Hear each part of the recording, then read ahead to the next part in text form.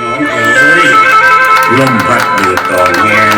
ดินกระแดงแหลงข่ายพื้นหาบ่อนน้ำหลากโยมหาบ่อนน้ำหลากซื้นป่าละบอนแมนมีได้ทุกหลายเด้ทุกน้ำหน้าทุกน้ำเขามีเต็มเล้ามีเต็มเขียนฝนมีเลียนมาโตฝนมีตกมาห้ำท่านฝ่ายกำดินกระแดงไหนผมละผ้าเดียวเอ็ดไว้บุญบังไฟได้ถวายจ้องไปเป็นสายแง่หอดเมื่องแขนสัตว์ไถฟ้าเพื่อฝนตกมาคุ้มตูตั้งหลุมน้ำล้นแต่งจากก้อนนั้นมีเรือแหงมีเรือแรงหญ้าแผ่นเป้าอันว่าชุ่มคาเว้าร้อนเจ้าผู้อยู่ไก่นักบ้อนใจไข่บ้อนน้ำข้างลุ้มตำเพื่อคุ้มเย็นจังผ้าเดียวเย็บไว้บุญดังไฟตะไล่ล้างประเพณีพื้นบ้านอีสานนั้นคืบหน้ากันแล้ว